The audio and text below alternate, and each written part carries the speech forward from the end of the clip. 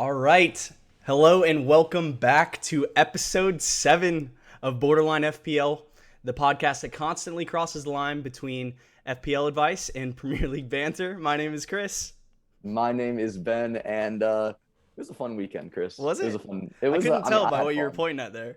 Yeah, no, my voice probably sounds hoarse because I was screaming so much on Sunday. Dude, But the FaceTimes dude, I the instant literally FaceTimes and we're might have screaming. may or may not have thrown everything off my bed throughout that entire game. To be completely honest with you, I'm not joking in It the was slightest. But definitely anyways, a good weekend. I want to look at the table. Oh, you want to look at the table this time? We can keep it up there the full hour and a half whenever we do this today. Whatever you want. Interesting. Because all right. Well, let's if go you ahead look and at take the a look table- at it then. Yeah, so we'll get to where I'm going. But let's start at the top. Man City beating Chelsea, leapfrogging them in the table on goal differential. So very impressive for Man City. We're literally going to start with that. So I promise Chelsea fans will get there soon. Liverpool still top, but just barely after drawing Brentford. Very impressive from Brentford. That was a crazy game. That was It a was. classic Premier League game right there. It was really fun to watch. There was another classic Premier League game this week. If you want to just look on down to number 10 right there. Yeah. And I know that 10's not good, but I'm not a math guy. I majored in sports, right? But Yeah. 10's better than 11 It is. on this. It is. In terms of rankings, it is. Yeah, it definitely is. Because if you look at number 11, Spurs just added a 1 to where they were to start the year, right? The August Premier League champions down to number 11. So it's happened again. It's happened again. Tottenham Hotspur, it's happened again. It did happen again this Saturday. Arsenal needed to win by 2 to leapfrog Tottenham on the table. That's exactly what happened. A 3-1 result at home, dominant from the Gunners from basically start to finish. Hey, we will get there, and we will have a fun time with that this week. If you want to scroll all the way down to show the full table. Yeah, there we go. Norwich, Look at those L's for Norwich, man. It's kind of sad. I mean, sad days. They're the ultimate yo-yo club. Big 6-pointer this week with Burnley. I'm not even being sarcastic when I say that. It is a big 6-pointer for them right there. So 19 versus 20. I remember those days. But yeah, Newcastle, Leeds very, very disappointing from Leeds this season. I know they're injury riddled. I know there was no Bamford. I know they're playing backup left backs at center back and stuff like that right now. Yeah. So it's very difficult. Leicester, also another team that I've been immensely disappointed in this season. I agree. They surprised me with their start so far. How much of that do you think is Brendan Rodgers? I think a lot, because look at the decisions he's making. He started with Maddison on the bench against Burnley, which is fair. He hasn't had a great start to the season, but he is James Maddison. He is one of your better big name players. Vardy with a hat trick, but one of them was an own goal. So tough there. Wolves picking up a big win, but dude, I can't understand why Iheanacho can't get in that team. I don't know why. I mean, I know Vardy's scoring, but go 2 strikers. And then you bought Daka this summer as well. And I get that maybe you're planning for life after Vardy because he can only do this for so long. We think he is getting up there in age, but anyways, we'll go through all the games of this week and we'll do deeper dives on each team. So let's start with the first game of the weekend. If you want to pull it up, it was Manchester City versus Chelsea, and Pep Guardiola getting a massive result. Yeah, that's an absolutely huge 3 points for them. They needed that. That might be the most difficult game they play this entire season. I mean, I don't want to speak too soon because they play Liverpool next week at Anfield, but that is a huge result for them to get a win at Stamford Bridge. Yeah, at Chelsea. Chelsea obviously set up with 5 at the back. They're not easy to break down. It's their MO basically is we'll beat you 1-0, we'll beat you 2-0. Yeah. And Man City kind of giving them a taste for their own medicine. Gabriel Jesus continuing his fantastic start to the season. We called it a scrappy goal because it wasn't beautiful by any means, but they all count the same. And then, another clean sheet for City. And look at the saves. Ederson did not have a save to make. Yeah. So if you want to talk about the fantasy aspect of this, I'll let you go ahead. Yeah, for sure. I mean, I think just to start off, this was just a fun game to watch purely because of how good defensively these two teams are. Typically, when you watch games and they're low scoring, they can tend to be boring, but this game was not boring at all. And from a fantasy perspective, and we'll get into this, for sure. I think both these teams provide excellent value in defense. Specifically, City. And I know Chelsea have the better run of fixtures right now for sure, and I don't think we should discard their defensive assets just off of the back of a 1-0 loss to City, because I think the Chelsea defense is the number one thing to be investing in right now from a fantasy point of view. Yeah. And City have Liverpool next week, but after that they go into a nice little run of fixtures for about 3 weeks. And João Cancelo, the highest scoring defender in FPL right now, Ben. Yeah, he had another assist this week. He looks to be nailed, whether that be on the right or the left. It doesn't seem to matter, but it looks like the more important thing is that he's playing. Yeah. For Chelsea, for those of you that brought in Chelsea defenders, I have Rudiger, Chris has Rudiger, as well as Alonso, I believe. Both getting a yellow card for me this week. Thanks for that. Yeah, I mean, it is what it is. But, I mean, I had Rudiger last week, so, it balances out. You brought him in after. Yeah. But we didn't buy them for the Man City game. We bought them for the next 6-7 games that they're about to go on. So hold, or if you don't have a Chelsea defender, I highly encourage you to make that work somehow. I don't know which one. We always do top 5 Chelsea defenders the past 2 pods. So go watch the end of an old episode and you'll see that. We won't do it again right now, just because those of you that keep watching, I'll do it every episode. But yeah, I mean, that's more or less all I've got on this game. Chelsea defenders, Man City defenders. Lukaku, definitely someone that a lot who are looking to bring in before this run of fixtures. He did start with Werner this past game. Right. And that was interesting to see them two play off each other. It obviously didn't work this game. It worked pretty well at the end of last week. But, Cancelo is just so consistent right now. It seems like if they're keeping a clean sheet and he gets an assist, he's also getting all 3 bonus, because I think that's at least his second 12-pointer. I believe it's his second, yeah. So he just looks really solid. And if City had the run of fixtures that Chelsea have right now, I legitimately would probably be tripled up on City defense. No joke. And I don't blame you. If someone did have a question, is 2 Chelsea players enough? So I'll kind of look at this. It was Lukaku, and I believe he has Lukaku and Alonso, he said. Or well, let's cover that at the end. But, okay, all right, we'll save it. We'll save it. I think the sentiment of that is do we need to have 2 Chelsea defenders? Do we need to have a triple up on Chelsea? So on and so forth. But we'll definitely cover that question at the end. And, what are you thinking? Is Laporte nailed now? Is it a nailed partnership of Laporte and Diaz? He looks to be, specifically in the Prem. I would, once again, maybe hold off and wait till you see Man City's Champions League lineup this week. Just see what Pep goes with. Is he going to go with if he goes with Stones midweek and Laporte's on the bench, Laporte's going to start the weekend. If he goes Laporte again, it's Liverpool. Is he going to go Stones? Stones does have an incredible season last year. Stones hasn't started a Premier League game yet this season. Yeah, I know. I don't think he has. I don't believe he has. Maybe one, but he hasn't. So I would assume Laporte is nailed. But this is Pep Guardiola, so I don't like using that word with his team. Yeah, no, I agree. I agree with you. I think if you're looking for just a nailed City defender, it's Diaz. Okay. And the last question on this one that I wanted to ask you from an FPL point of view: if you had to pick a City midfielder, who would you be going with at this point? For me, or just a City attacker. Honestly, it could be anybody. Yeah, I'm still going to go with a midfielder. It's going to be Grealish for the price point and the amount of minutes he's playing. I know he hasn't gotten the goals and assists that he was getting at Villa because he's not the focal point. But that being said, you're going to add De Bruyne. You're going to add Foden. The goals are going to start pouring in and in more for City, specifically against some lower opposition they have coming up. Obviously not Liverpool next week. Maybe they'll score a lot. Who knows? But it's Grealish for me. It's still Grealish. Yeah, no, I think I would tend to agree with that. I think one of the main talking points we've had the last couple episodes is Ferran Torres. Like, is he going to be nailed? Is he going to play at this number 9 position permanently? And our answer to that was, let's wait and see what happens when De Bruyne and Foden come back into this team. And we saw this week City set up in a false 9 with Foden playing that position. So I think Ferran Torres might get good game time against weaker opposition, which from a fantasy point of view might not be the end of the world, to be honest.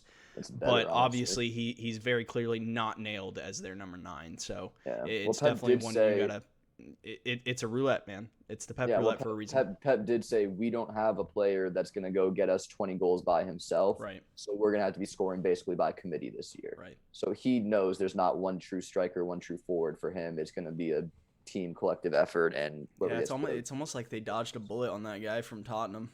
Oh, man. Did he play this weekend? I don't think so. I didn't see him. Didn't seem like it. Anyways, moving on. This one. Oh my Dude. days. Oh my days. The What? mind games. Okay, I'm just gonna immediately start off with Yeah, go saying, for it. Go with it. I, Go I with I it. just these are the games that we talk about with United that they have to be winning if they're gonna challenge for a title, and or at the very least drawing right at home Well, at they Old had a Trafford. golden chance. Yeah. You have to be winning or at the very least drawing these types of games because these are the types of games that your opponents in City, Chelsea are going to Liverpool. win and Liverpool Yeah. are going to win. So it just all goes back to me for is Ole Gunnar Solskjaer is he the answer? Is he good enough to manage this team? Do you want my answer on that? Is that like a legitimate question? Yeah, go for it. I know. Like, look at the money that's being put into this squad. You have okay, sorry, I thought you were frozen for a second. Apologies. You have so much money in this team, and you haven't brought home a trophy yet. And also, we do want to factor in Man United were kicked out of the Carabao Cup this midweek by West Ham, a team that they had just defeated in the Prem, booted them out. So there's another trophy gone. I'm not going to say they're not going to win the Premier League, in my opinion. So that's two. Yeah. Probably not going to win the Champions League, in my opinion. So there's three. Maybe Europa League if they go down, but I think that it would be better for Man United to make knockout rounds of Champions League than go far in Europa League again. And then the FA Cup can be a toss-up, but it's simply not good enough, is it? And this isn't the first disappointing result of the season, and this isn't the amount of money that they put into this squad. You go look at the players they have. Pogba was 100 million. Bruno will cost them a lot of money. You have Ronaldo in your team, brother. Right. You have Sancho cost you about 90 million. You're not buying cheap. Fred costs 50 million. You're not Wan-Bissaka 50 million. Well, what did you think about the tactics in this game this week? Because I thought it was interesting to see how they set up. Because this week they went back to playing Pogba at this left attacking mid role, and they played a double pivot of Fred and McTominay to give Pogba this free role. So it wasn't necessarily he's not necessarily a winger. So in games like this. Is this the type of game where you want Pogba playing in that left attacking mid almost winger role, or is it bad? Does he just need to be playing this number 8 spot? What do you think? Well, for me, we've seen McFred, that's the midfield nickname for the two of them. McFred. We've seen McFred for so long, haven't we? I don't know what they have on Ole, but McFred seems to be his favorite partnership going forward. And I really think that at some point you have to look at the quality of attackers Man United have, specifically wingers. You have Sancho, you have Greenwood, you have obviously Pogba can play there. But is Pogba better suited to a deep lying role and letting your star attackers go in and then benching one of Fred or McTominay? And I would think so personally. Right. Well, Sancho didn't get a look in this week after a couple of not great outings, and not great's a nice way of putting it, but yeah. Well, I mean, he's young. This is his first couple games in the Prem. Not everybody can start off red hot. So not everyone. I'm not going to write the kid off yet. Boot in their first season. Right. Not everyone does that. Aubameyang. Anyways, okay, but yeah. So I think this game, Villa getting the 1-0, and obviously the big talking point that we'll go over now is we all thought and assumed that Ronaldo coming back into the team or coming to United is going to be the penalty taker regardless, because he's Ronaldo.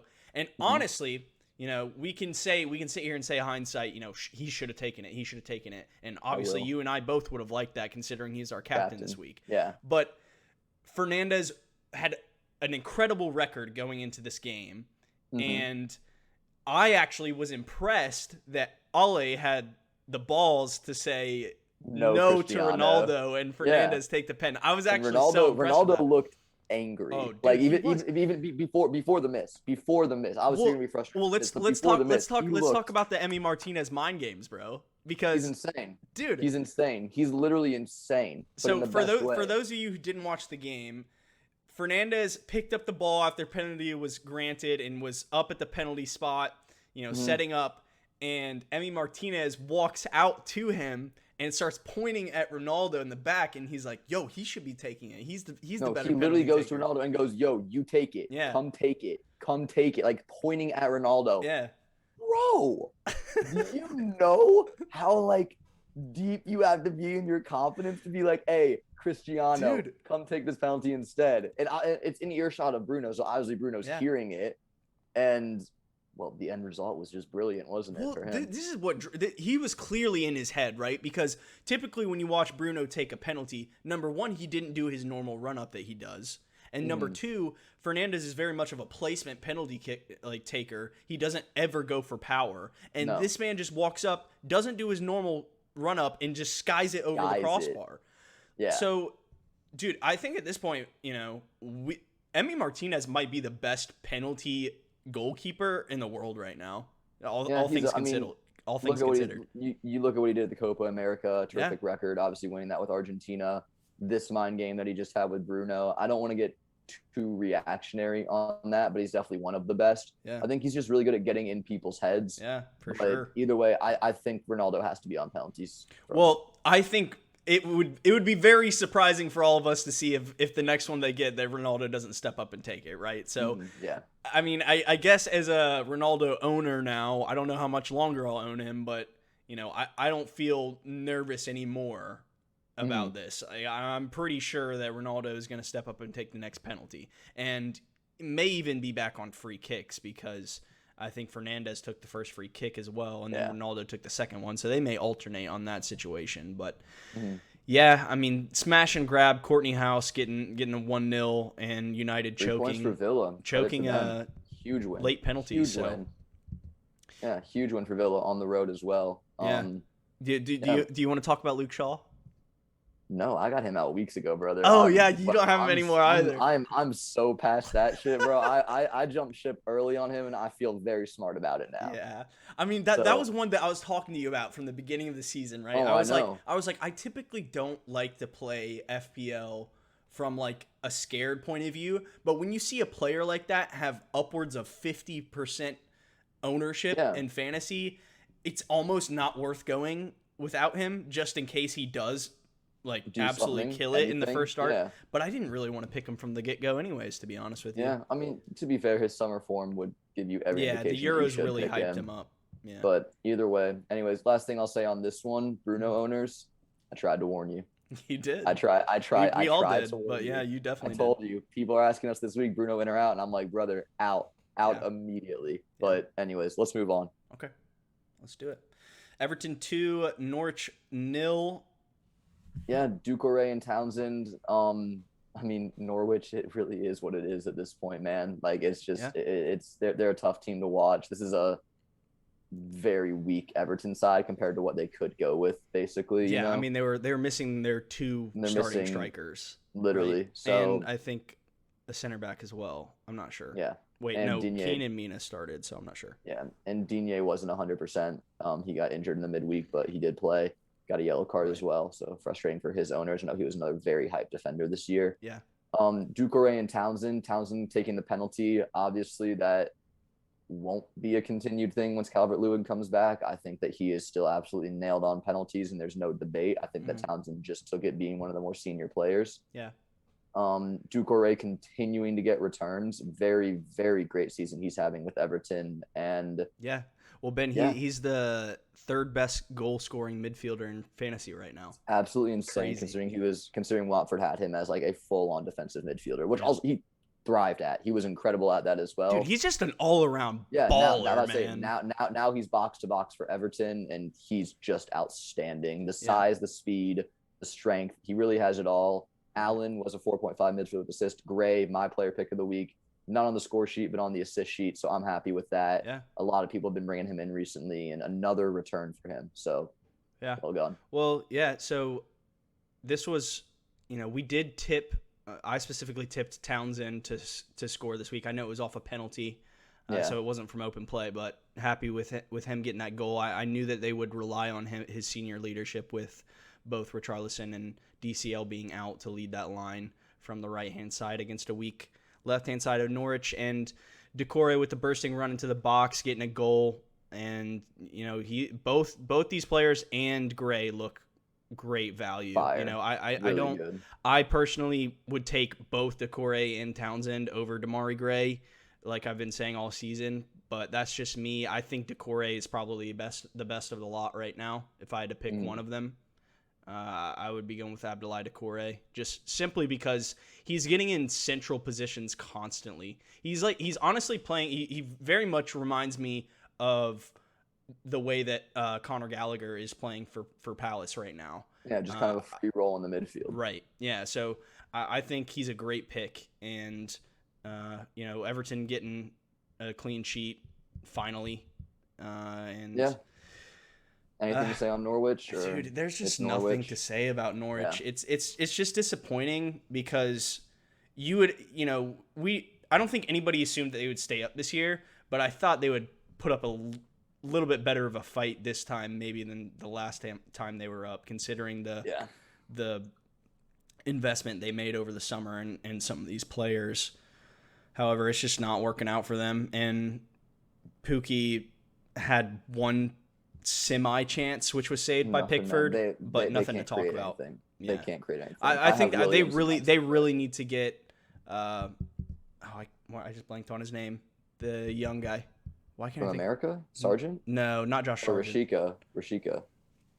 No. Cantwell? Thank you, Todd Cantwell. Back into this team.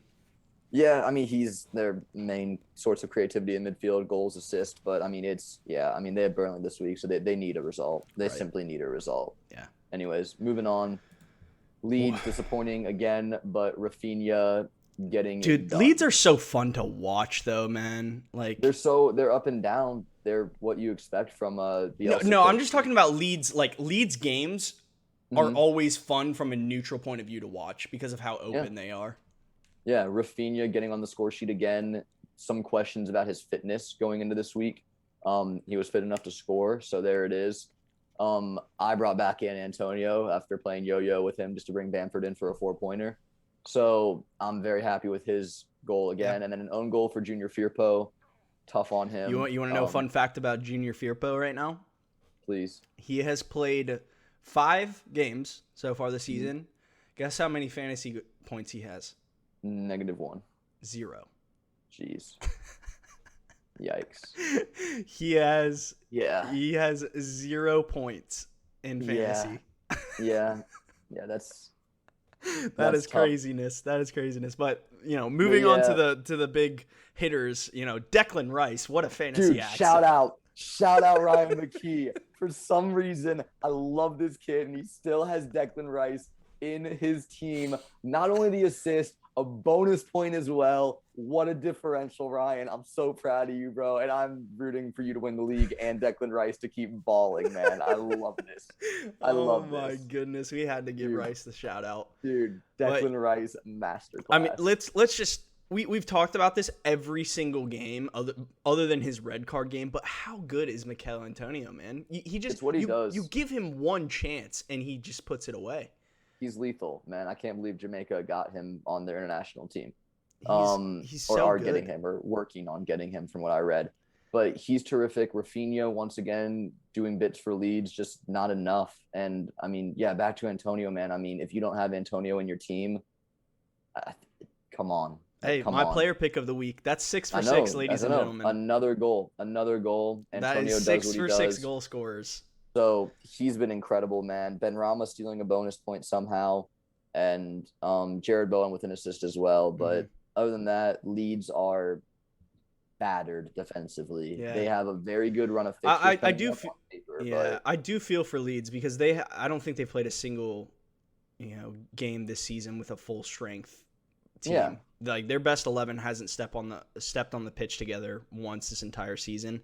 And we did get a question, which we'll tackle later on, from FPL tactician Andy, who is the Leeds correspondent for Planet FPL podcast, which is a fantastic podcast that I listen to constantly.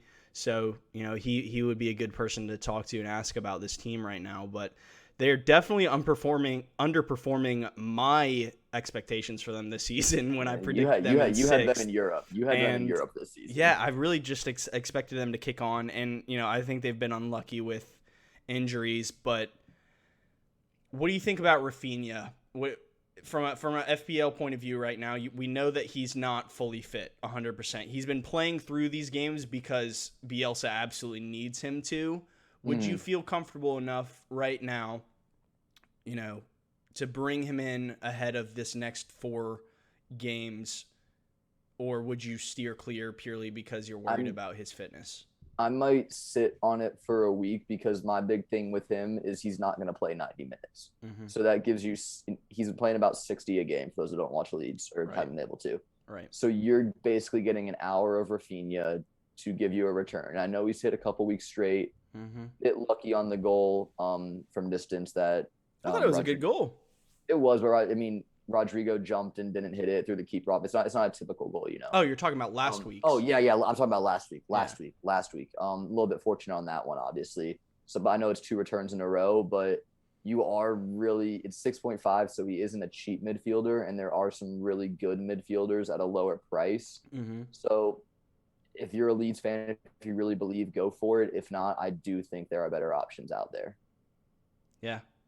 Yeah, I still really like him, and if he was fully fit, he would be straight into my team. If he was fully fit playing 90, I would say yes, but the fact that he's not really makes me question it, and the fact that he's missing Bamford up top with him. Well, just getting into my team really quickly, him not being fully fit and us not having 100% confirmation that he would start this week from Bielsa's presser actually was one of the reasons that made me hit my wildcard button a week early, and obviously he started and scored, so... Way of the road. It is what it is, but I'm still very happy with how my team's set up, and we'll get into that later. But I don't know. He's very iffy for me right now. So I would wait to see if Bielsa says anything in his press release about his fitness. Last week, Bielsa's usually very straightforward. Last week he wasn't so much so with Rafinha, so that made me worried. But I didn't think I had. Again, can we talk about Said Benrahma? This guy just gets bonus points for no reason. No reason whatsoever. I'd rather not because you're just going to get mad. Dude, so I don't get it. Said Benrahma's brother runs the bonus system in FPL fully. I don't have an answer for you. I don't think many people would, but I mean, yeah, Benrahma keeps getting random bonus points, and Chris is mad at everybody. That's it. We can Dude, wrap. Rice deserved that bonus point by himself. I agree. Okay, but also Ryan has Benrahma as well, so I'm okay with it. Fair enough. Wow, he's got the double West Ham midfield. You love to see it. I respect it. But anyways, yeah. Anything else you had to say on this? Yeah, Leeds are much better than 18th on the table. Yeah, for sure. I think that it's very difficult, but that's do you think is there a possibility that they actually struggle with a relegation battle this year? No. Okay. There's too many poor teams in the league for them to be grouped with that. Okay. All right. Well, West Ham kicking on, they're so impressive. I think they're such a good team. I think it'll be a great game between them and Brentford next week. Anyways, here's a really disappointing game for Leicester. For Leicester, for sure. Leicester. So Burnley went up with a Jamie Vardy own goal. That was unlucky. And then he scored one himself. And then did you see Maxwell Cornet's shot? I did. That was a nice side volley. Oh my days. I told you when he came in, if he's a defender, he's someone I would look at. Yeah, he came in and as a midfielder. They put him as a midfielder, which made me upset because he was like 6'0". Well, to be fair, he is playing in the midfield for them. So yeah, but everyone kept saying he played left back at Lyon, which he did, and I was like, maybe they won't know. They'll put him as they did. They did know. They did know. But anyways, Jamie Vardy doing the business on both ends of the field, but bigger picture here, just disappointing for Leicester. Just disappointing. Burnley are not a team that scored many goals. I thought Burnley stole it at the end too. Chris Wood got a goal, but it got chalked off for offside. So so very, very disappointing there from a Leicester perspective. If you're Burnley and you just got a draw against Leicester, buzzing, absolutely buzzing. Still in 19th, still a huge one this weekend, but I mean, you've got to be happy with that result. I don't know if there's too many assets on Burnley at the moment. Vardy definitely one to look at for Leicester, as it seems like Iheanacho just simply doesn't play for Leicester anymore or something. Yeah, well, he came on and got the assist for his second goal. Still, like, why would they not start him? Because Harvey Barnes is starting every week, man. I don't get it. Well, I don't know either. But I mean, I really don't know. Looking at this one, I think Vardy has been a name that we have not discussed much on the pod at all in terms of a fantasy perspective. And although Leicester look not the best at the moment, if they're scoring, Vardy has a hand in it one way or another. even scoring own goals as well. So, just Yeah. the all-around package. But in all seriousness, I think, and I need to take a look at Leicester's fixtures. They have a but good run coming up, to my he knowledge. could be a great differential that not many people are going for. A lot of people are looking at Lukaku. Aubameyang is going to come into the conversation now pretty soon, if not already. And Vardy is going to continue to fly under the radar because of the results that Leicester's getting. But from fantasy, we don't care about results. We just care about the goal scorers. Yeah. So if they're losing every week, but Vardy's getting on the score sheet, we're still happy from a fantasy point of view. Yeah, so exactly. I don't dislike Vardy. I don't at all. No, I he's think 10.5. He's definitely I think he even dropped in price. Is he 10.4 now? He might maybe be. he's 10.4, but he's still roughly a premium. I would pretty much consider 10.5 that's and above roughly a premium. That's premium. Anything 10 and above, I consider 10 above premium, is really a premium. So he is a premium, but he definitely might be someone that if you're looking and you don't fully trust Lukaku or you want to get Bruno out, but you don't have enough for Ronaldo, maybe Vardy's a guy that you look at or something. I don't know. But either way, that's more or less all I have on this game. Leicester, once again, just feels like they just keep and like I said earlier on, I think actually starting game week 8, Burnley have a good run of fixtures, so their defensive assets will come into play at that point. Nobody's going to talk about them right now. I know they're 19th. I am a firm believer that Sean Dyche is a good coach, and I don't think they will be in the relegation battle this year. We'll have to see. They seem to always do enough to stay up. So I think they'll get some clean sheets starting game week 8. And they will come back into the conversation. But yeah, that's all I had to say on that one as well. What do we even want to talk about Harvey Barnes owners again this week, or? There's still people that have him. I never had him. Stop. If you are one, stop. Help yourself. Stop. Yeah. Stop believing. I mean, you have Traore in your team, so. Yeah, but he's gonna return this week. This is me with Mahrez round 2. Here we go. All right, Watford versus Newcastle 1-1, Ben. Yeah, so once again, my favorite differential of the year, Sarr, doing the business again, a 9-point week for him, racking up 2 bonus points as well as the goal. Bit of a slow game, this one. St. Maximin with another return. He's being consistent, man. He's doing it, man. I'm telling you. But and 3 bonus. The only thing is when Wilson comes back, is that going to limit his production? Because Wilson's going straight back into this team. Wilson's not going to be a guy that sits on the bench for Newcastle. But is this a situation where we're just going to continue to be like, well, if Wilson comes back, and he just continues to get goals and assists every week and nobody goes for him? He's risen in price up to 6.8. He's risen in price 0.3. 3 times, yeah. So, no, he's been class. Sarr with the assist from King. King was someone I think you mentioned on last week's pod that you thought about. Yeah. And then Sean Longstaff, if you had Sean Longstaff, congratulations. Yeah, I don't know who anyone has Sean Longstaff, but maybe he has himself. Well, yeah, I mean, this is an interesting one. I'm looking at Alan St. Maximin's returns. He's had 1 blank so far this season. 1. Yeah. Game week 1, 6-pointer. Game week 2 was the blank against Villa. Game week 2, 6-pointer. Game week 4, 5 points. In the last 2 game weeks in a row, he's had an 8-pointer. So he's just consistently providing value. And that's so funny to me because I remember at the beginning of the season saying that they basically killed him off as a FPL asset by putting him as a striker instead of a midfielder. Now he might be decent value. He would be in everyone's team right now if he was a midfielder. If he's a midfielder, there's no debate. There's no debate. If he's a midfielder, he's literally in my team as of last week. Right. Maybe weeks beforehand, honestly. He's my favorite non-Arsenal player in the Premier League, just the way he acts and is. So I do want to talk about Watford Strikers just a little bit. So King and Dennis have been starting as a kind of like a pair. It's more like King's in the middle and Dennis is kind of playing left wing, almost left forward type deal. And then Sarr's playing off the right. João Pedro is back and is available. He was on the bench this week.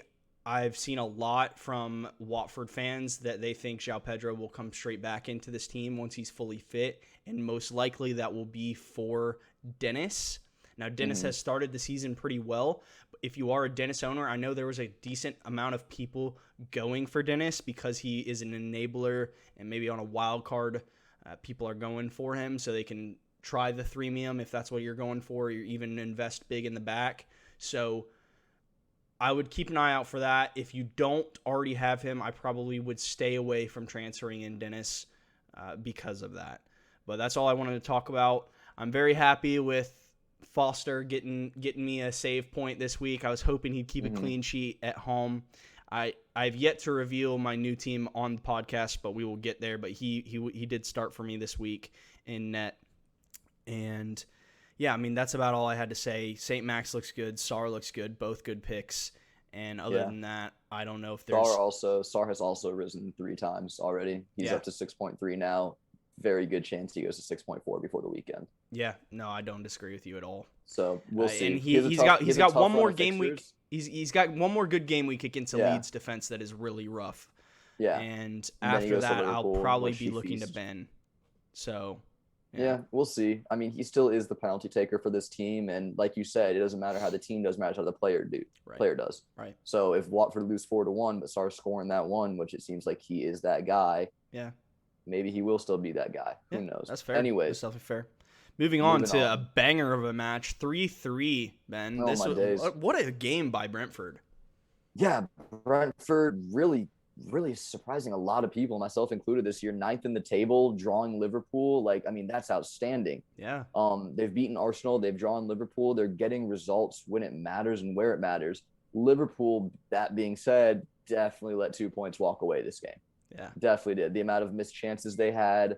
And yes, Brentford had their chances, some goal line clearances on either end of the pitch. But Liverpool had the lead various times in this game. Jota could have easily had a brace.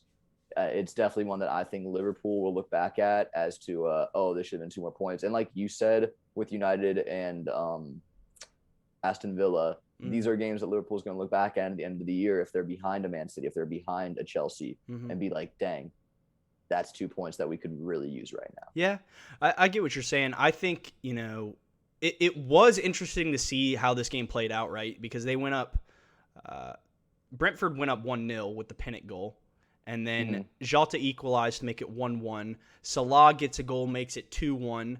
Then Janelt equalizes 2-2. Curtis Jones hits that hard ball, takes a slight deflection, goes in the net, makes it 3-2. And then Wissa gets a very scrappy, weird, odd goal at the end to make it 3-3. Chip something. But goal. These are games, like you said, Liverpool may go back in the end of the season and be like, this is one we should have won. But also, at least they got the draw, right? In this situation, it wasn't a home match. They're not going to win. They're not going to go undefeated. They're not going to win every game this season, right? No. So at least they're getting a point out of this. They definitely should have won this game and put it away. But Brentford were very scrappy, stayed in the game the entire time, and credits to them.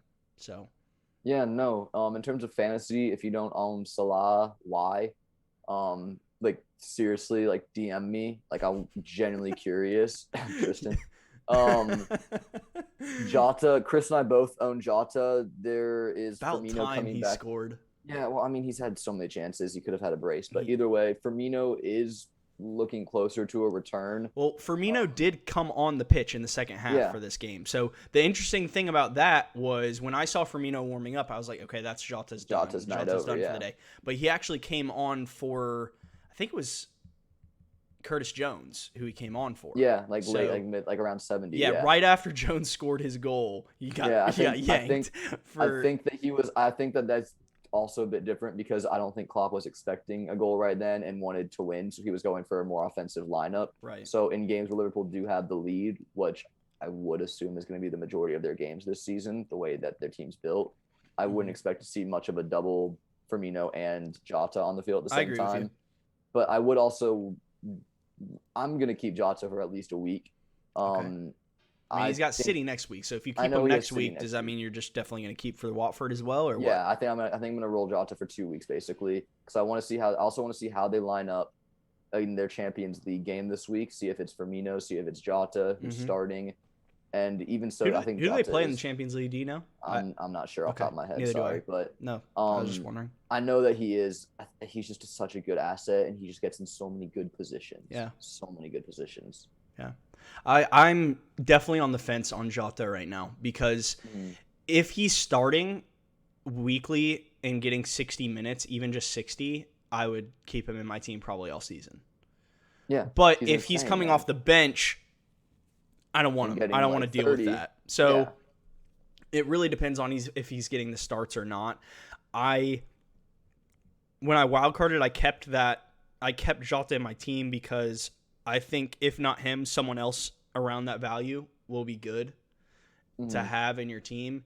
And yeah, I don't know. It's a tough one. Now, obviously, they play City at home next week. I don't necessarily expect him to score, but Jota actually scores in big games for them. So it wouldn't surprise me, honestly. He's a big game player. So yeah. I mean, that's all I got to say. Tony with an assist this one. He's more or less the Brentford asset. Yeah. So if you're looking for a cheap differential striker, I still like Mbeumo, Brian Mbeumo a lot as well. Yeah, he's a midfielder, but yes. Yeah, at 5.5, and Robertson getting an assist this week. Good to see him getting back in the FPL points. And I did hear that Trent, as of today, has not traveled with Liverpool to their Champions League match this week. I don't know what that entails. He did train, but I guess he wasn't fit enough to travel. I don't know what that means. So keep an eye out on that. He had an illness a week ago too. So right. Well, I'm wondering if it's anything COVID related or something. That's what I'm saying. Like, is this? Let's keep an eye out on that. I don't think this week is the week to move early for your transfer. I would probably wait till the end of the week. It's a Champions League week. Yeah, just sit. For sure. And I would wait to make transfers. Other than that, I didn't have anything else to say about this game. Did you? No. Liverpool top of the table. Yeah. Salah, Mr. Consistent, man. It's every week, bro. Yep. It feels like every week. Anyways, over to this one. Oh, how good is it to see Jimenez on the score sheet, man? I'm so happy. I'm so happy for him, man. Like the injury, the stuff he went through. It was a great goal too, by the way. The composure, saucy, dribbling. Yeah. The assist from the goalkeeper. If you had Salah this week, congrats. You win. Wow, dude! If you had Salah this week, 14 points with an assist. I think he's the first goalkeeper to get an assist since Sam Johnston did so last season for West Brom. Yep, you're correct. So credit him for that. Southampton really don't have many assets. A lot of people wanted Armstrong. We're looking at him. I'm not sold personally, but Jimenez, I'm just so happy for him. And Wolves finally getting a result. Yeah. Well, I watched this game. At least I watched the second half of this game. And I thought, I kept on preaching Wolves' defense is good. Okay. They didn't show it last week, but if you held your defensive assets, you're happy this week, right? So Ait Nori did get a sickness, I think. So Marcel was started again this week. I don't think that he's long term. I would still be worried if I had Marcel. And obviously Jose Sa getting an incredible FPL. That's a FPL week made right there. If you had Jose Sa, 14 pointer goalkeeper. Yeah. So and credit where it's due. Yeah, Jimenez getting his goal, and from a Southampton point of view, they were getting chances. So if and I'll talk about this. You said you're not sold on Adam Armstrong. He was in the box in good positions and getting shots off. He had the most shots in the championship last season. This week they have Chelsea, but the week after that, game week 8, they start a really, really good run of fixtures, which is why I brought him in on the wild card. And I will be hoping for Adam Armstrong to start returning. It was interesting to see when they brought on Shane Long. They took off Shea Adams, and Adam Armstrong stayed on the pitch. So Adam Armstrong is clearly their main guy up top. He will get 90 minutes almost every single week. And I think when they start this good run of fixtures, obviously Southampton really needs some points at this point. They've yet to win a game this season so far. And after this Chelsea game, I think Hasenhüttl will need to start getting some results. So I'm still happy with that pick. Obviously, I'm actually planning on benching him next week. Away to Chelsea. But I'm happy with that pick, and I think he is someone that people should be looking at from a value point of view. I'm a big fixtures guy when it comes to fantasy. I think fixtures bring form a lot of the times. So, yeah, I like that pick. Livramento, obviously, still probably the best cheap defender in the game. Incredible value.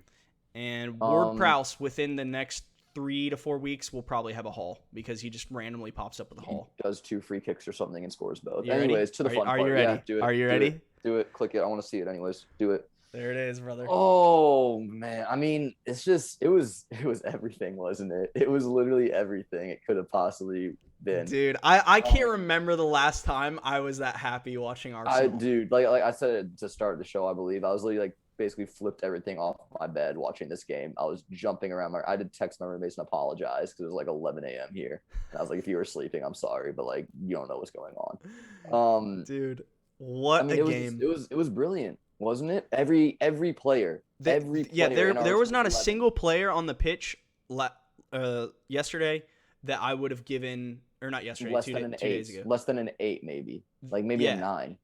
Like they were all to a man brilliant. Tactically set up by Arteta, genius. Yeah.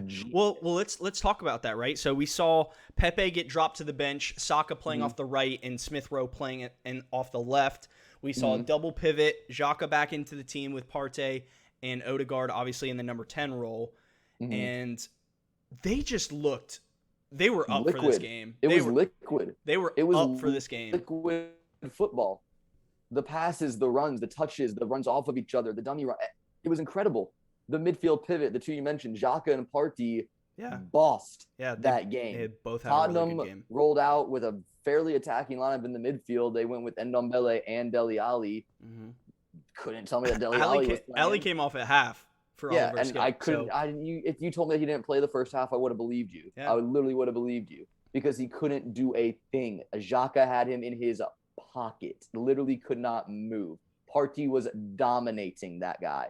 And then he went off and they brought in a defensive midfielder and Skip. They gained a little form, more possession, but at that point the game was done. It was 3-0. And then the back line for Arsenal as well. My days. Like that's dude. Super Tom, Tomiyasu. That's my boy, also, bro. That's Chris's favorite transfer of the window. Mine's Aaron Ramsdale.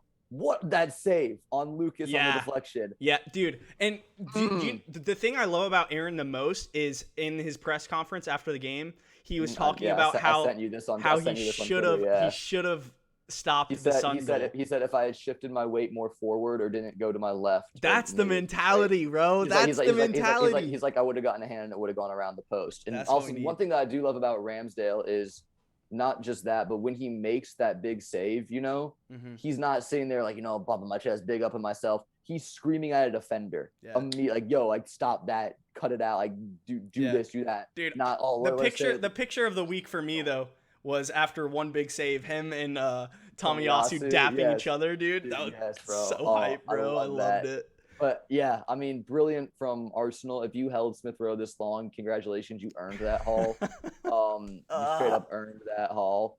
Saka with a goal and assist as well.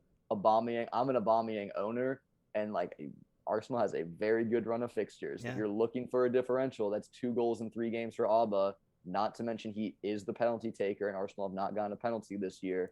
So, let's talk about the attack, right? So we looked so good moving forward. You and I both said we knew Smith Rowe was a good player, right? But the pace on this guy, I didn't know he was that fast. He was rapid coming off the left. I didn't know he was that fast. He was flying, and his overlaps with Tierney as well on the left are incredible. It's incredible the way he can dip inside, let Tierney go around, cut inside, play. It's vicious. And then one more thing that I would like to say for Aubameyang is that Lacazette has not gotten a Premier League minute this season. And Aubameyang, even beyond the goal, for those that watched this game, was the best game I've seen him play for Arsenal since the 2-0 Man City or Chelsea run in the FA Cup. I agree. Because his work rate was so a man good. Possessed in this game. He was winning aerial duels. He was bodying Sanchez, the defender for Spurs. He was everywhere, putting pressure on the keeper, making him go long, letting us win the ball back, checking back on defense, putting in tackles, not foul. Unreal. So if he keeps doing that, which I know it's a derby, you're going to be more up for it. But Lacazette's not seen in the field. I'm sorry. And I know Arteta said he wanted to bring him in a couple weeks ago, but we had injuries, so he couldn't. He could have brought Lacazette in this game at any point. And he was like, no, we're good. Aubameyang's doing it. The only thing he had to bring in a midfielder for Xhaka when he got hurt. But other than that, he had 2 free subs, and he's like, nope, Alba's staying. And I don't blame him. I told you, I think I said like week 1 or 2, or maybe even 0. Alba is a showman. Yeah. When there's fans, when there's a crowd, the showman performs. So yes, he's on a down season from last year, but this year you go to that energy, that stadium, that atmosphere, you have the fans singing your name, doing your chant, you can barely hear yourself think. That is where Aubameyang thrives. Yeah, no, I agree with you 100%. Well, let's talk about this, right? Actually, we're gonna answer this question later because it's actually one of the questions we got on Twitter. But I really like moving forward both picks between Saka and Smith Rowe. There was a lot of talk on FPL Twitter about Pepe before this game, and then he got benched, so I'd probably steer clear of him. We even talked about him on the pod last week, thinking that he was the nailed right winger, right? And I can't see him coming into the fold right now. I think Saka's so good on the right wing, and he's also younger. And I think that if Pepe comes in, it's going to be on the left for something like Smith Rowe maybe, or push Smith Rowe inside and take off Odegaard. But unless Saka gets injured, there's no way he doesn't start on the right. I don't know. I think if Pepe is going to play, I think Pepe plays on the right because he's much better on the right than he is on the left, and Saka can play on the left. But I don't think he's going to get in because I think this is going to be our team moving forward for the most part is Smith Rowe on the left, Saka on the right, and Odegaard at the 10 role. Yeah, and there definitely will be games where Pepe will get some starts. So there will be games where one of Saka or Smith Rowe misses out. The only thing I would say is Pepe, he's still pretty good on the left. I think one of his best performances for Arsenal was not even in a win, but that game we lost to Wolves with the David Luiz red card last year. Yeah. And Pepe scored the first goal, and he was a man possessed on the left. And I thought he was just brilliant that day. So I think he can play either wing. But like you said, I don't see a way for him in this starting lineup at least for the next 2-3 weeks. Unless the only thing I would say is if Xhaka is injured and we play Partey as the solo 8 and push Smith Rowe and Odegaard in front of him. And we may see us do that. We may see us do that a little bit more against teams that lesser teams that we want to push. But the only thing I will say is Xhaka did go off injured. I don't know the extent of that injury. No one's spoken on it outside of Arsenal's camp. So if he is injured, I could see Pepe going back. But if he's not, I don't think you can drop Xhaka after his game on against Spurs. Yeah, well, I mean, it's very obviously, that Arteta wants him in the team for the most part, no doubt. The only time I can see him not being in the team probably is in games where we do play just Partey. And then we play a double, like, more attacking of Smith Rowe and Odegaard or something. Yeah. So, but yeah.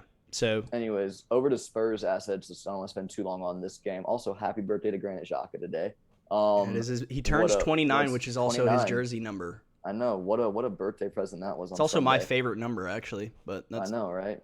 But anyways, Son with a goal. 10 mil is a premium price for a midfielder in a team that, well, let's face it, they don't generate much. Ramsdale was tested once or twice, and one was Son's goal, which was a very good position to score from inside the box, free shot. Is Kane the most disappointing player this season? Absolutely. FPL? There's no question. Harvey Barnes? Yeah, I mean, think of his price and think of his season last season. Like, this man started at 12.5. I think he's already down to 12.2, and he's just abysmal, non-existent. And he made the mistake. He made the mistake for the Saka goal. Like, Saka ripped it off of him, and then he ran all the way down the pitch to try and tackle Saka, only for Saka to finally get the shot off anyways. He wanted to make sure he got the assist. Yeah. I mean, I just hope that Gabriel at least took him out of his pocket before giving his shorts to the kit man. Because otherwise... Gabriel bought. And Ben White. Ben White was winning for someone who... Sky Sports had a 30-minute segment on Ben White not winning aerial duels after week 1. I hope that Van Dijk gets the same treatment tonight when they show that show, or if they did show that show already, because Tony bodied Van Dijk too, but Ben White gets all the media press, right? Ben White won every aerial duel against Kane, bodied him, whether it was stretching the leg around him. I don't know if it's 100%, but his aerial duels were incredibly high win rate against Kane or Son. Dominant. Yeah, well, I mean, regardless, Dominant. they just didn't have much of a sniff other than the Sun goal, especially Kane in the first half. It was pure Kane had that domination. chance. Oh, they didn't have a chance in the first half. Yeah. The first half didn't have a shot. Ramsdale could have been sitting down reading a book. Yeah. Kane did have a good chance with that one that he lifted just wide of the net, where I think Tomiyasu slipped and Kane was in, and then he just pushed it wide. He definitely could have scored that. But other than that, I'd stay away from Spurs. They are a team in disarray at the moment. Well, let's revisit it, right? We have to. Mm-hmm. Because I asked you this at the beginning of the season. We revisited after 3 wins. Give me my credit. Just do it. Just gas me up because I was. Will you shut up so I can do it? All right. Waiting for it. All right. Nuno. Good hiring or not good hiring, Ben? I've been saying it since week 1. You will be frustrated. You hired a B-Tech Mourinho. And look at yourselves. I have friends that support Tottenham that are already screaming Nuno out, saying that this is abysmal, a cowardly team. There were statistics. Let me actually. Do you have them pulled up? I know I sent it to you. Yeah, you sent it to me. I can pull it up really fast. Yeah, if you want to pull it up. It was bad. They don't look good, and this reminds me of the poor form that we saw from Wolves at the end of last season, actually. Mm-hmm. And then we just go straight into this, and it is what it. Did you tweet it at me? I don't see it in our text. I definitely sent it to you. I sent it to you on Twitter. I 100% sent it to you on Twitter. Well, that makes more sense. That would be why. But either way, yeah. Yeah. So it's shots. They have per game in the Premier League this season. Shots, they're ranked 20th out of 20 teams. Chances from open play, they're ranked 20th out of 20 teams. Shots faced, they've faced 18, which is 19th in the league. And then distance covered, they're ranked 20th in the league, which means their players just aren't putting in the work rate. It just looks like a team. It's lazy. Let me ask you this question. How much of this Spurs form is Nuno, and how much of this Spurs form is knowing that their best player thinks he's too good to play there and doesn't want to be there anymore? Yes, to answer your question, it's a combination of the two. But I also do think part of that is on Kane. You're a professional. You're the captain of England. It is on you to some degree to pull yourself out of this slump. We know what you're capable of, and your team knows what you're capable of. Mm-hmm. So when you don't give 100% and you're the captain of England, which I know he's not the captain of Tottenham, Lloris is, but Lloris can't run around the pitch every day because he's a goalkeeper, right? Right. So you, for all intents and purposes, are the captain on that field in terms of a work rate perspective. So when you go out there and you deliver those half-assed performances, your team sees that and thinks, oh, well, not only is he the captain of us, he's the captain of England. He's been doing big things. So if he can get away with it, we can get away with it. And it sets the tone. Right. It really does. And that's why when I mentioned Aubameyang's work rate yesterday, that's a captain's work rate. And that's not something we always get from Aubameyang. Yeah. That's not constant. So that's why I'm really casting, because it was really impressive. Yeah. But that's how you set the tone. And Kane has to drag himself out of that. And tactically, Nuno has to set him up to drag himself out of that. So I think it's a combination of both. But Spurs have some tough games coming up. Yeah. I know they face Man United soon. I believe they face Liverpool soon as well. I think they're a definite avoid from a fantasy point of view right now, in my opinion. I mean, you could make a case for Son just because he's consistent and he's a really good finisher. But I wouldn't be dropping 10 million on Son right now. No chance. No. Especially with the other premiums that people are trying to fit into their team, right? Aubameyang for 9.9 is a million times better outlook than Son at 10. It's close. I think so. Actually, I think he's better. It's close. I think he's much better. It's close purely because from a fantasy point of view, you have to remember that midfielders get an extra point. Yeah, the midfielders and all that, but still.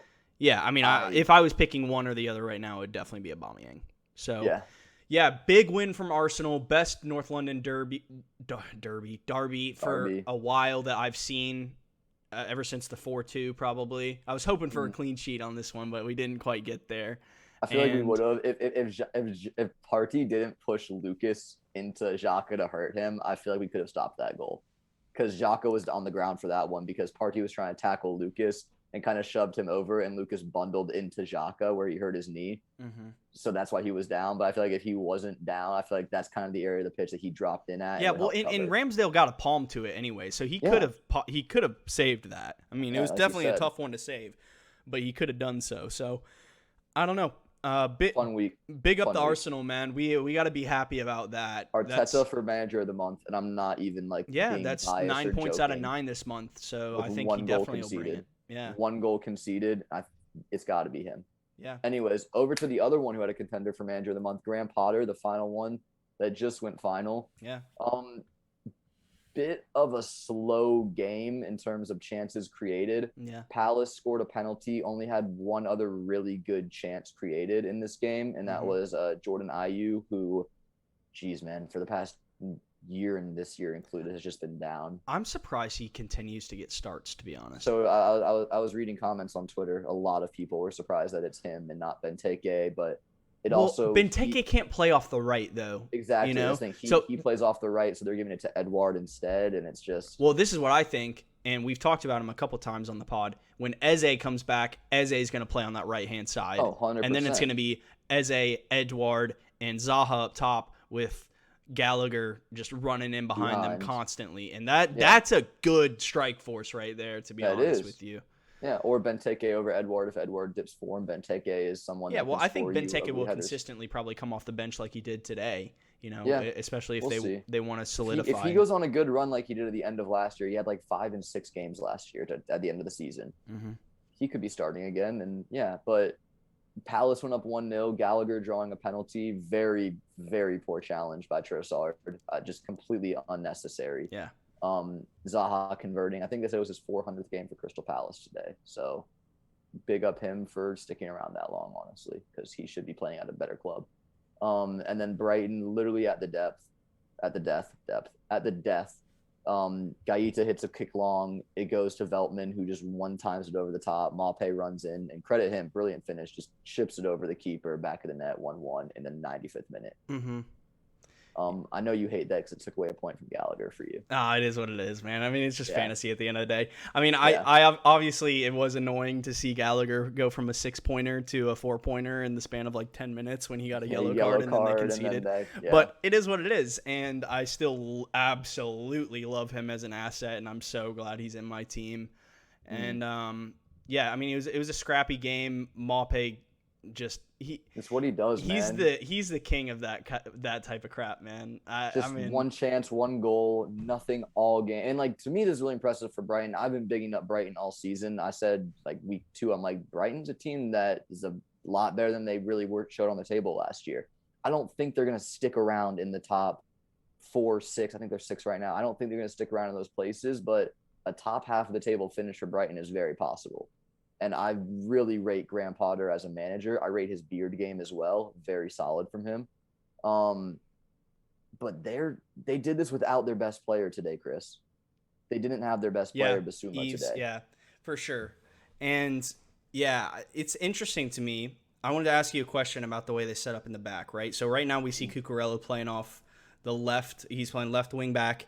And then it's a back line of Shane Duffy, Lewis Dunk, and Joel Veltman. And then this week, Dunk was playing right wing back. Or not Dunk, sorry. The tall man. Byrne. Dan Byrne was playing right wing back. So what do you think because I think Lamptey is on the verge of coming back into this team.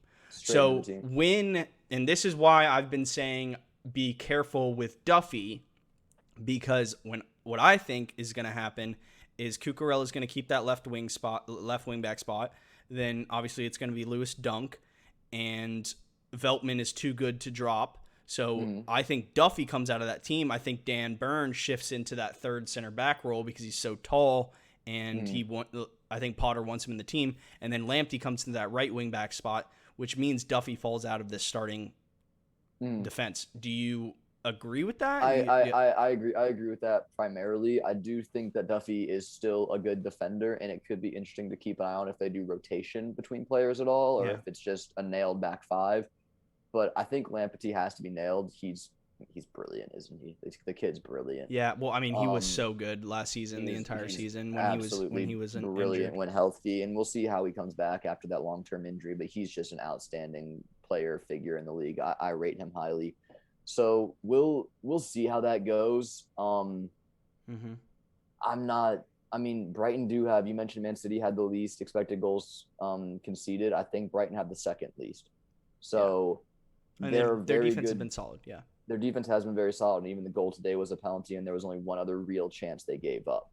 Right. So they're a good team. 6th place for Brighton after 6 games. I think that if you told any Brighton fan that before the season, they would have snapped your arm off to take that deal. Mm-hmm. And yeah, I continue to be impressed by them, specifically without Basuma this week. Like, I think that they did an incredible job. Is he hurt long term, or what? No, do we have any?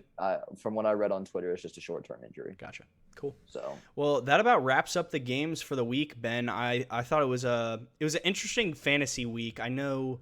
It was definitely a weird one. The overall points, average this week was fairly low. It might have actually been the lowest so far this year. I think it was like 40 or 40. If you want to just I'm click pulling it, we it up. can see. Yeah, it was 40. Yeah, 40. Definitely the lowest this year so far.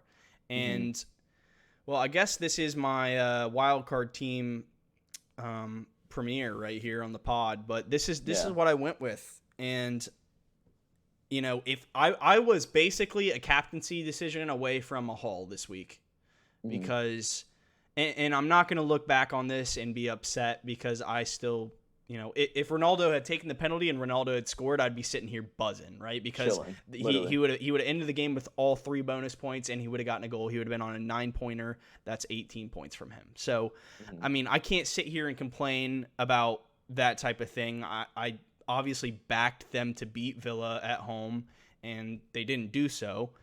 But I'm happy with the team overall. I mean, I played Foster over Ramsdale this week because I thought he had a better chance for a clean sheet. Typically, we do concede at least 1 goal, which we did to Spurs. And I played only one of my Chelsea defenders, which I was very happy with. But I went big at the back for my wild card, and the reason that is because they've been so consistent. Look at these returns from this man. We've got a 12-pointer. So you start off with a 2, game, yeah. But a 6-pointer, 6-pointer, 12-pointer, 6-pointer, 12-pointer. He's on 44 points after 6 games from a defender. Yeah. And he's only 11.5% owned right now. That's going to skyrocket in the next couple weeks.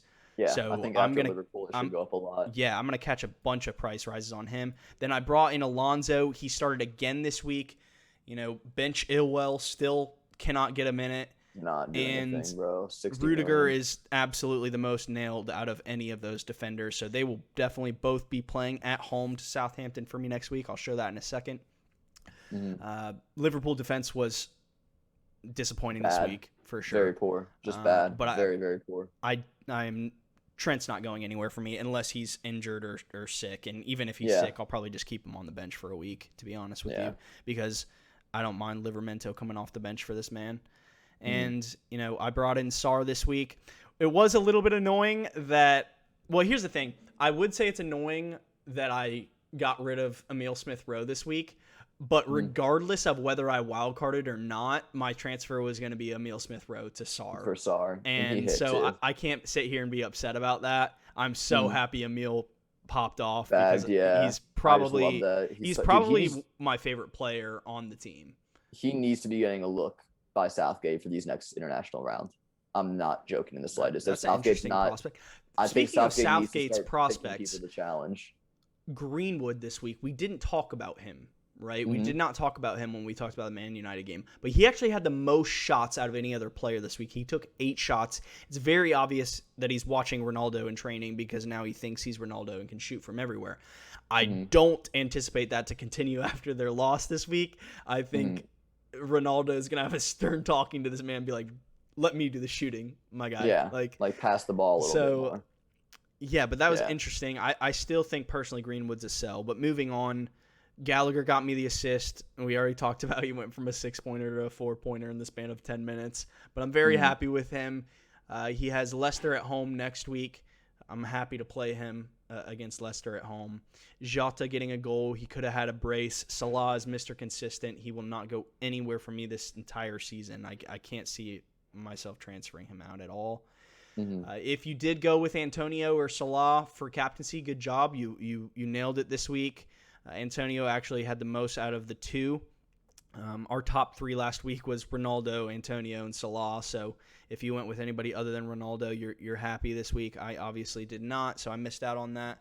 But yeah, Adam Armstrong coming in for his first game. I wasn't necessarily expecting him to get a return against Wolves because I do rate Wolves' defense.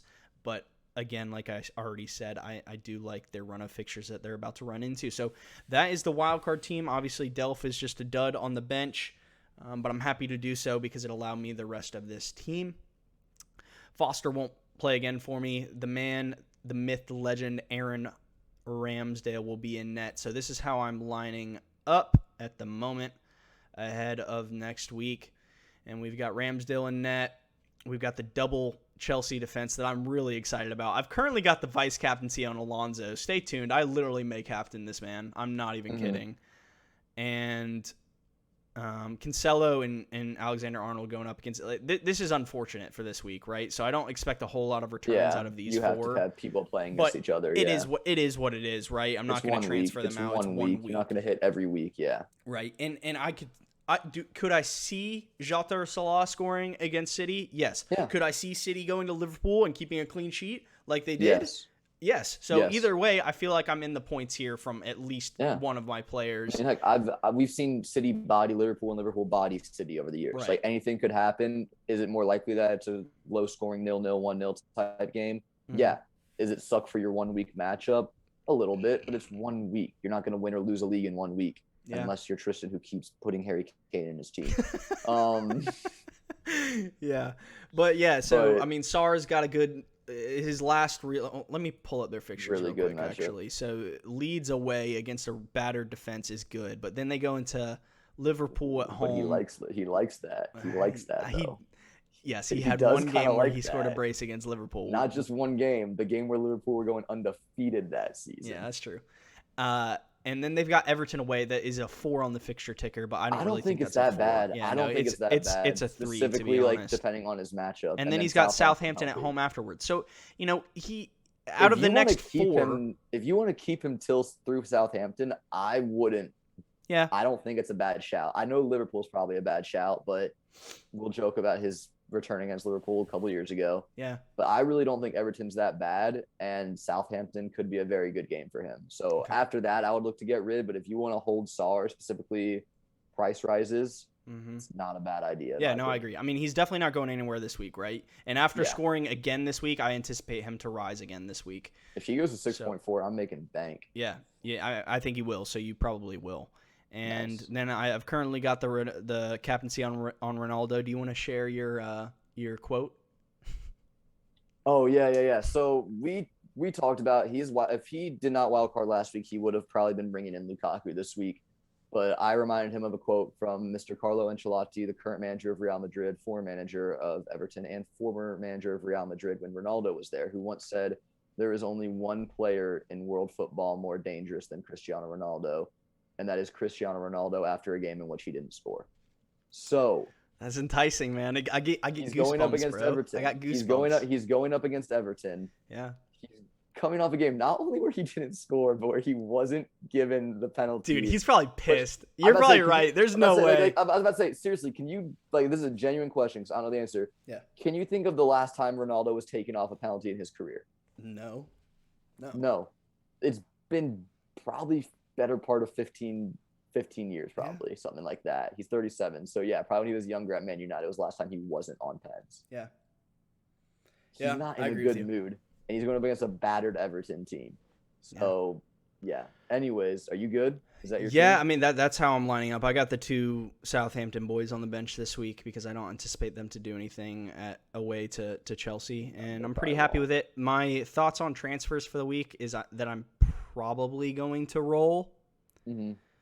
And that'll allow me a decision to make going into the next week. I do think I'm going to want to bring in Lukaku, if not this week, next 2 week. weeks from now. Yeah. So, that's probably all my thoughts. And who knows, I may end up... My only thoughts of the week that I could do for a transfer are Jota to Rafinha if he's fit, or Ronaldo to Lukaku like I had originally planned.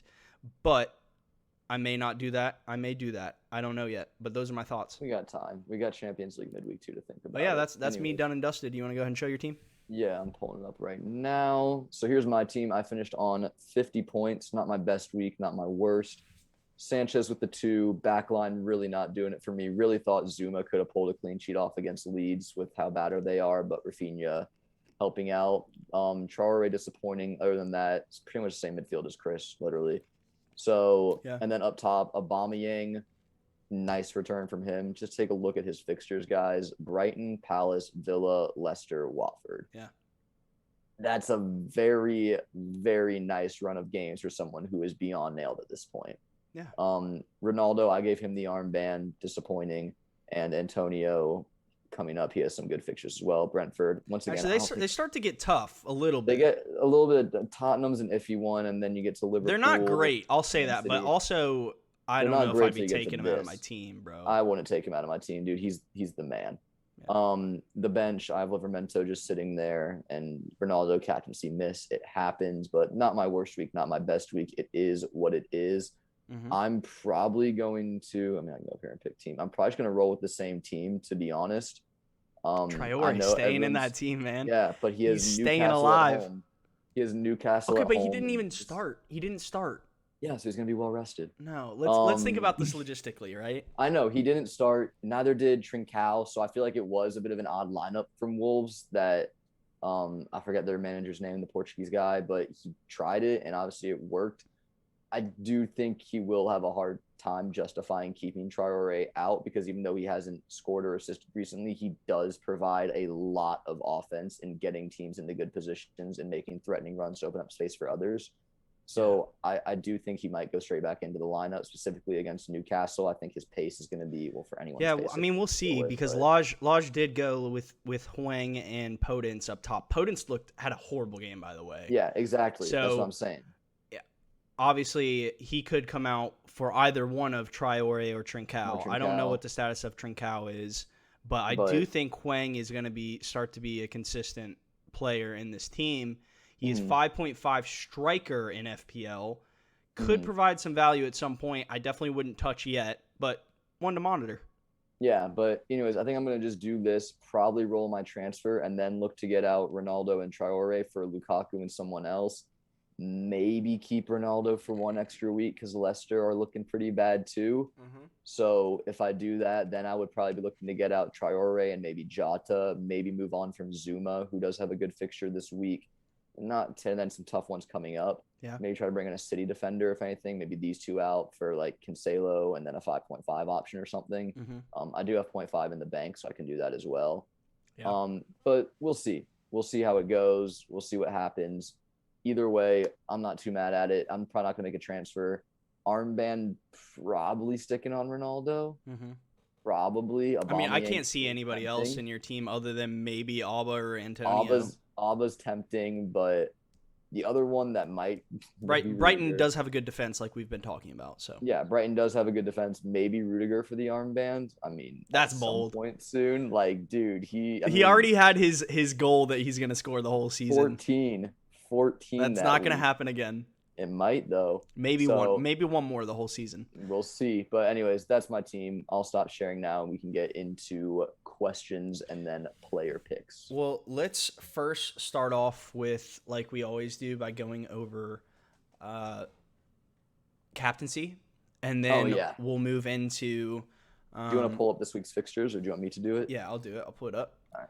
And from there we will talk about one thing that we forgot to do last week that I do want to consistently do is just a pick from defense, midfield, and striker, because I thought that was fun to do. Yeah. So, there's your games. These are wait, is this what I was supposed to bring up? I forgot. Yeah, this week's fixtures. Yeah. Yeah. So, captaincy talk. Let's give our top three, Ben.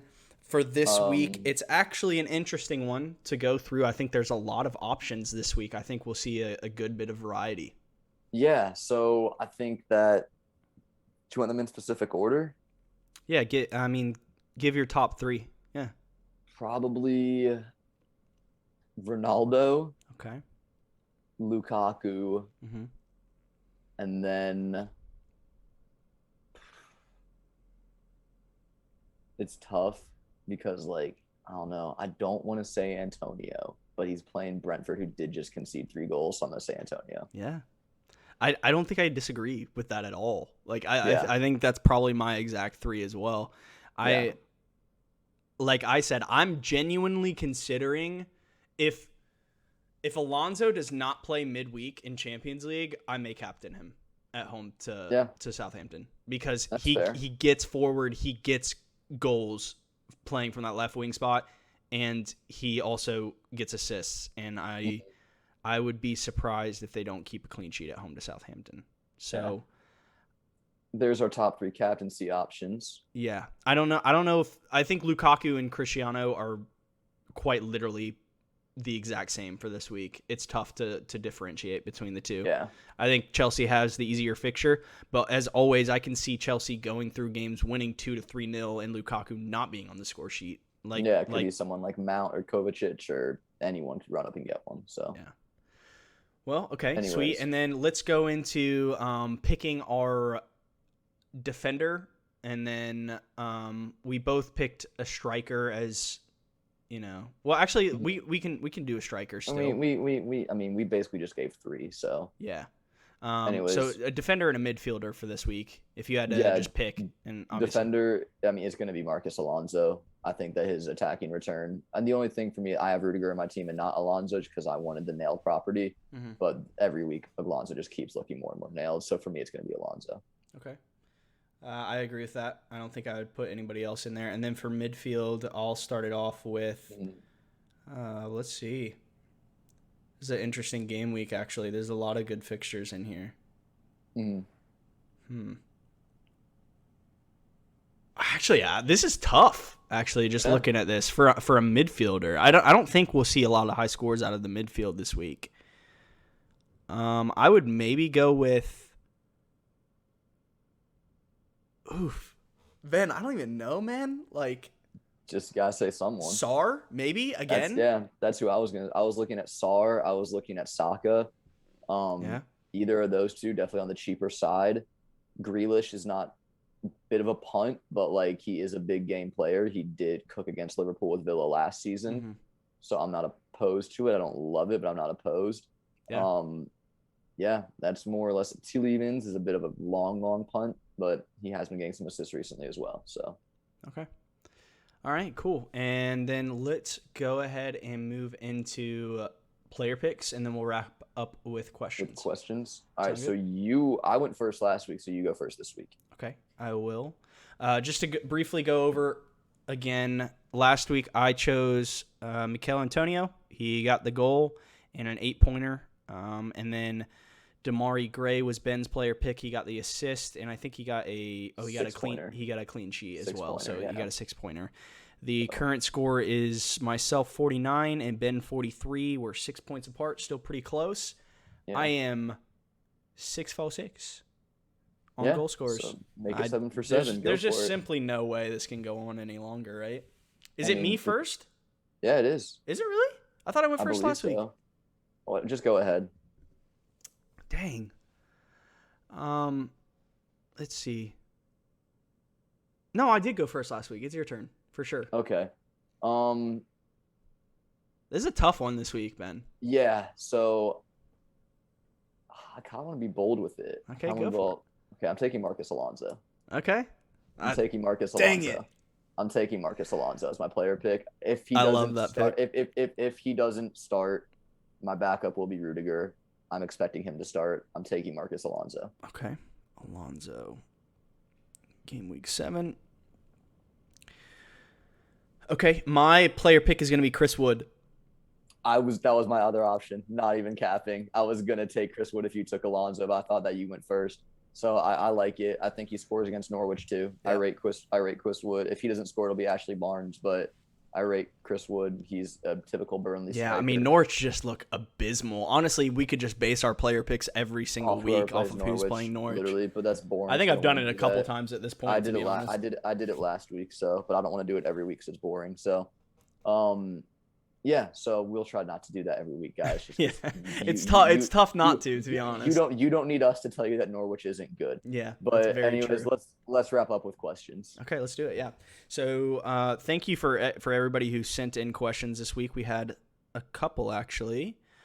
First question's from Jake Hagan. He asks, what are the best matchups coming up for teams besides Chelsea? So, I mean, I feel like we've answered this question, to be honest, been through almost every single week. Just to go back, Arsenal have a very favorable run of games coming up. Hey, big credit to us on this one, right? I mean, obviously we are Arsenal fans, but last week you and I both said, I know we haven't looked the best, but we have a good run of fixtures. We can pop off soon. And it's a tough one next week against Brighton. Brighton are not a pushover. No, definitely not. And it's also another tough one. It's also at Brighton. So it is, yeah. So their fans are going to be loud, but Arsenal have a very good run.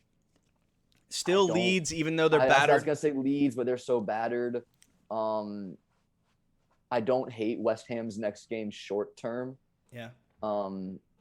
But yeah, it really is Chelsea and Arsenal. And then after this next week, after Liverpool, it's City for me. City, yeah, City after this week. So that's it. City, Arsenal, Leeds, maybe West Ham short term. All right. And then Andy Martin, FPL Tactician on Twitter. It's at FPL_Tactician.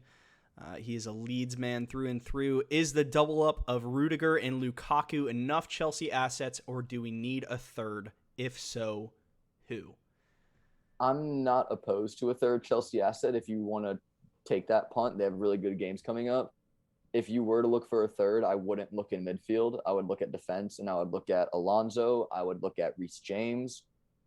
Reece James came off the field injured. We didn't talk about that. Oh, is he? Well, I don't know how long he's out for, but if he was healthy, I'll look at him. So, you just broke up for a second. Can you hear me? Triple up, I would.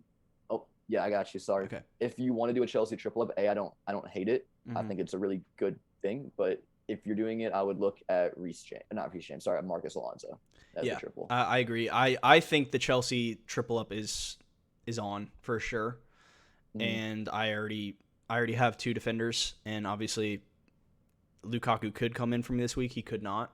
So, but yeah, I mean, I think it's on for sure with this run of fixtures. I think you could go with Rudiger and Alonso. I think you could go with Rudiger and Christensen if you're pressed for money, because he was back in the lineup again this week, and I think he will continue to do so. And yeah, I mean, I think the top three are actually, we're not going to go through this again, but but anyways, yes, Chelsea triple up. Not a bad shout. If you want to do it, there's nothing wrong with that. And finally, from Armand, we got a question tailored to us, Ben. He said, Arsenal looking like they finally finding their form. Not to mention they have fantastic run of fixtures ahead. Which players do you think are worth buying / keeping an eye on? And there's a couple. Yeah. There's honestly a couple for me. I think that Tierney is our most attacking defender. Yeah. So if you're looking for clean sheet points with the potential of a really big haul, it's got to be Tierney. He's still 4.9. I don't expect him to stay that low for too long, honestly. If you want just clean sheet points, Tomiyasu is 4.5. Not as much of an attacking threat as Tierney. Tierney will at some point rake in a haul. Midfield, I think you have to look at Smith Rowe or you have to look at Saka, depending on if you're really trying to budget. It's going to be Smith Rowe. If you want to flex a little bit, it's going to be Saka.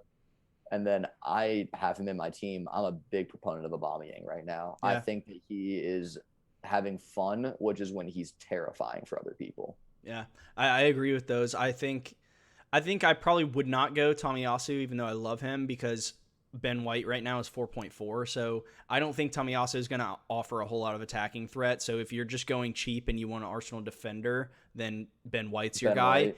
If you're on wild card, I think Aaron Ramsdale absolutely has to be considered for you, in my opinion. Leno's not coming back into this team.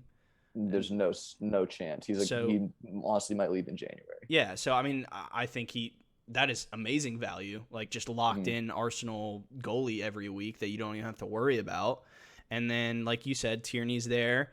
And then I think the big question is, if you had to pick a midfielder, right, would you go with, and we need to take all these things in consideration. Yeah. Obviously, the easier answer is just to say, if you don't have the budget, then go for ESR. If you do have the budget, go for Saka. Is Odegaard even in contention in that conversation? Or no? I think he has to be. Specifically, he's only 5.5, and he's a 90-minute player. Right. And he is the heart of this attack. He is up and down. I mean, hell, for the first 15 minutes, he was playing like a second striker next to Aubameyang against Yeah. Spurs.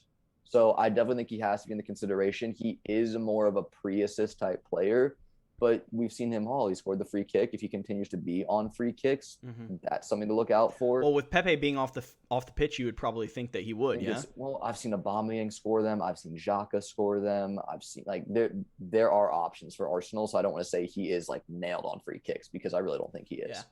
Yeah.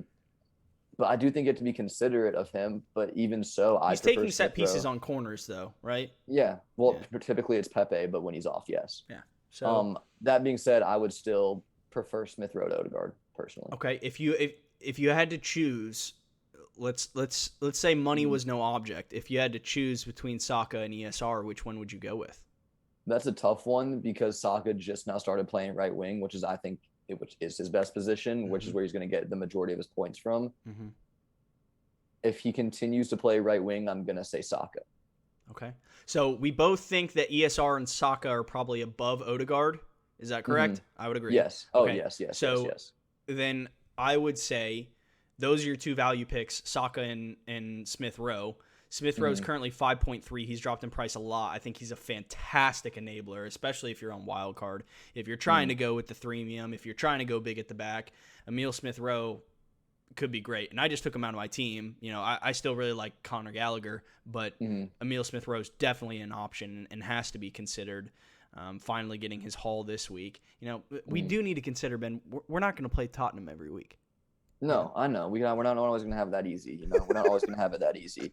But I mean, what they concede 3 goals a game. They've done it 3 straight times. So like, I'm not even just speaking facts right now. They concede 3 a game. No, but that's a good question, Armand. And I think I like Aubameyang too. I really like Aubameyang with these run of fixtures, and the fact that Lacazette has not so much as seen a minute of Premier League game time. Yeah. Arteta's really putting the hammer down and being like, "You're my striker. You're my guy. Go get it," and he has. Yeah. I agree. Well, Ben, that about wraps it up, brother. That was a good pod. I enjoyed it. Yeah, so that was a good pod. Thank you all again for tuning in and listening. If you want to have your questions answered at the end of the pod, like these guys just did, make sure we always tweet out before we record. Just ask us questions. So follow us on Twitter at BorderlineFPL. Interact with us. DM us. Send us your teams. Tell us how much better than us you're doing. Tell me why you still have Harvey Barnes in your team. Tell me whatever you want.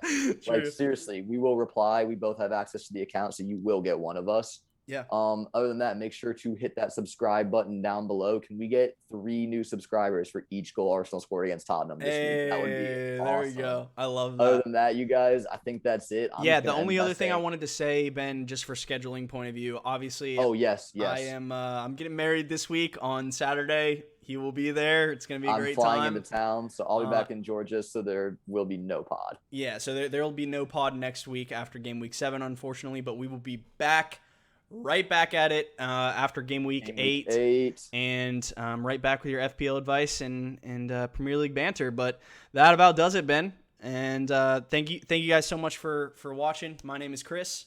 My name is Ben, and North London is red, brother. Hey, amen, brother. We'll see you guys next time. Thank you. Peace.